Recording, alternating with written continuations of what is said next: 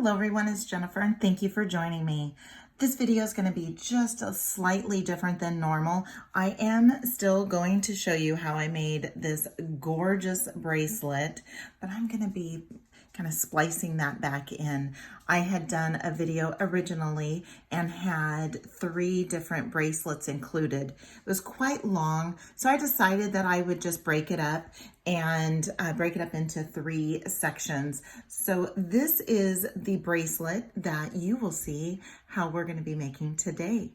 It is made using some beads from the Strawberry Cream Ice Cream Mini Bead Mix from Jessie James Beads, and also this gorgeous enamel chain in Sage, also from Jessie James Beads.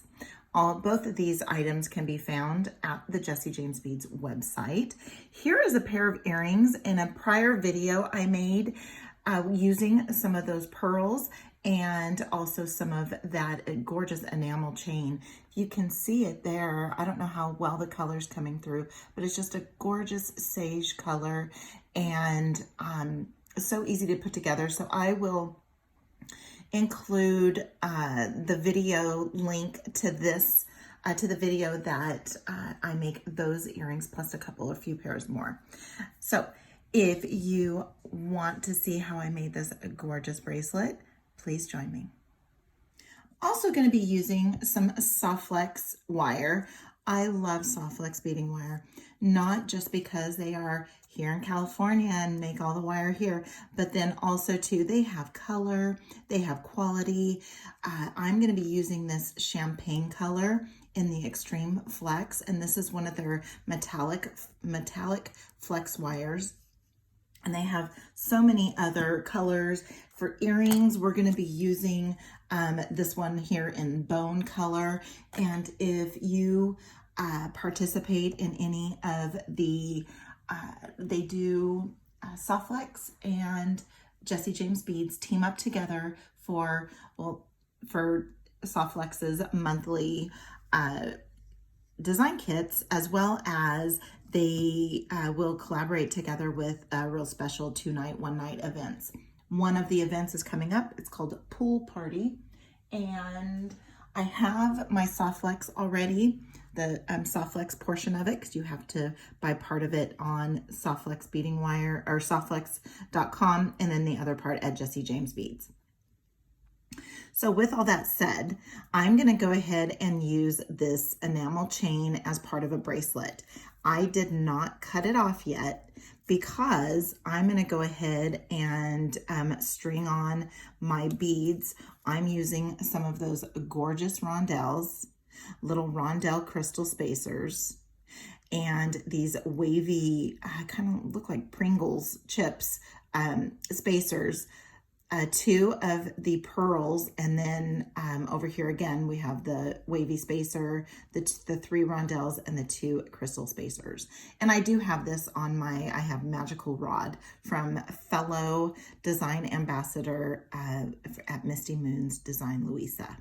And I love this because I can add it on here, and then when I'm as I'm trying to design further designs, and then I'll just push this off to the side, and it's for easy keeping too.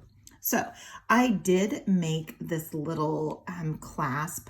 I have not made a lot of these. This is probably the first or second one that I've made here, but then also too, I made this connector because I wanted to connect it directly to the chain here, and then wanted a nice size loop for here. And so I was trying to think of ways, and I kind of took another Danielle Wicks trick, just like what I did with the bells for the bell making video that I did. So if anybody wants to see how I made these, and again, I used some bead-along wire that you can get at jessiejamesbeads.com, and just did some wire wrapping. And if anybody wants to see how I did this, let me know and I'll get a video recorded. So since I don't know what my length is going to be, I thought, oh, I can just leave this and we'll come back to it later. So first thing I want to do is I want to go ahead and get these beads strung on to my beading wire. And again, I'm using the champagne color, and I'm gonna just keep on the spool just to minimize. And I am going to just go ahead and thread these on. And then what I'll do is I will do my little connection at one end, and then cut from the spool, and then do some more connecting. So we will minimize our scraps, though I love the scraps too. I use the scraps when I'm going to be using their incredible, which we're going to be using today, 2x2 crimp tubes and the magic crimper to give that bead-like finish. And you can get the 2x2 cubes over and then 2x2 crimp tubes at jessiejamesbeads.com as well. All right, so now we have that on there. So I want to go ahead and I'm going to connect it directly to my little clasp here that I have. So I'm going to go ahead, and I always grab extra. I always grab extra because you just never know if something's going to happen. And so that's another reason why I like working from the spool, because if something happens and I mess up on the crimping, then I'm only going to cut off a small portion, and then I still have this length here to work with, rather than pre-cutting it and then having a super long scrap. Okay, which I do like scraps because then I can use them for earrings too. I've done that. In fact, that's one of the earring projects, is that I had a bracelet, and then I ended up making it a lot shorter, and then, or a necklace, I made it a lot shorter. All right, so now we're gonna go ahead and use our little magical crimping tool. What differs this from the others is that this one only has one well. And what it does is, I mean, I still keep my beads separate, my strands separated, but I'm gonna come in and I'm gonna make sure that that crimp tube is in the well, and I'm gonna give it a squish. And when I give it that first squish, I end up with this like square with the corners pinched.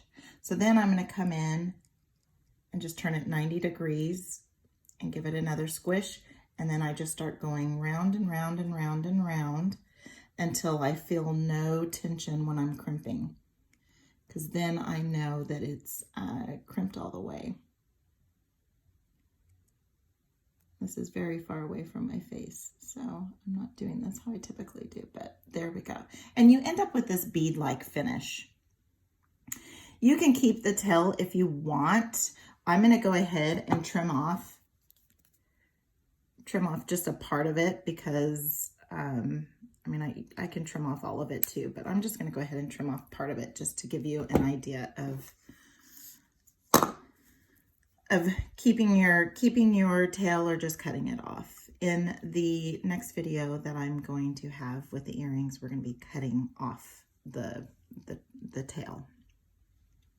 All right, so now we are going to go ahead and finish off this side.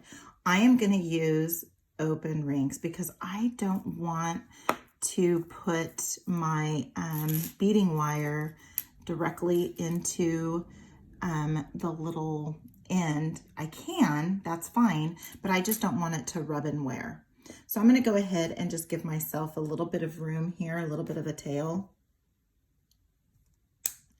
Give that a trim. Then I'm going to go ahead and add one of my crimp tubes. And this next step is completely up to you if you want to do. But I always go through the first bead, not for security. It's mainly because it's easier for me. Oh, I have to go through the tube though first.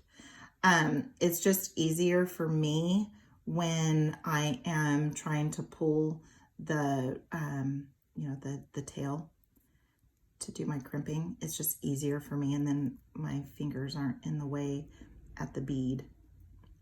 So there are multiple ways that you can do this. All right, so let's go ahead and bring that down. And I don't want it to be tight, but I don't also want it to be too loose. So if you just kind of turn turn your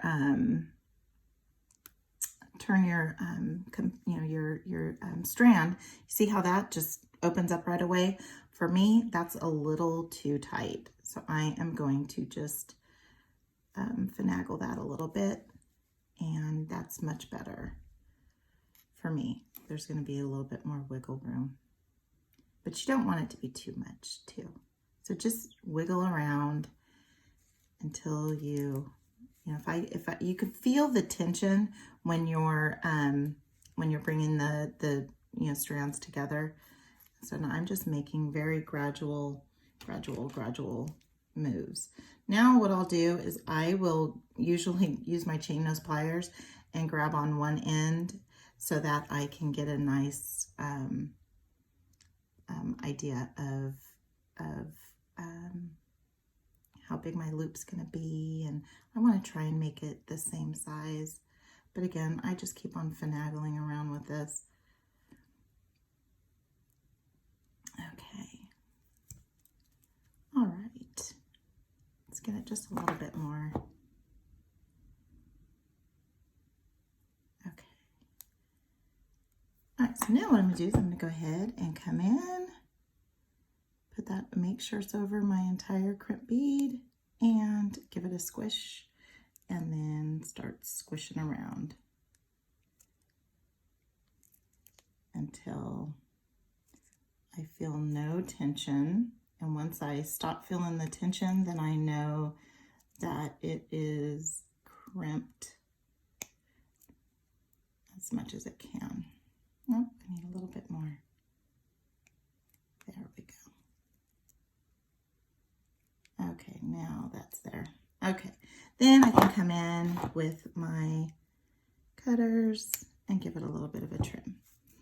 Okay, so now I have this here, and I'm going to put it on my clasp. Then what I'm going to do is I'm going to go ahead and add my little jump ring. And yes, I could have done a wire guardian. I typically don't, even with this beading wire, just because it is thick. And I'm using I made these jump rings from some scrap of my bead-along wire, so I'm pretty confident that it'll be good. Okay, so I want about 7.5 inches. So this is where that is. And so now I'm going to come in, and there's a little inky dinky little ring right here. And come in and give this a little trim without damaging the piece that I'm keeping. I'm going to remeasure again. Measure twice, cut once, right? And I lost my jump ring. Okay.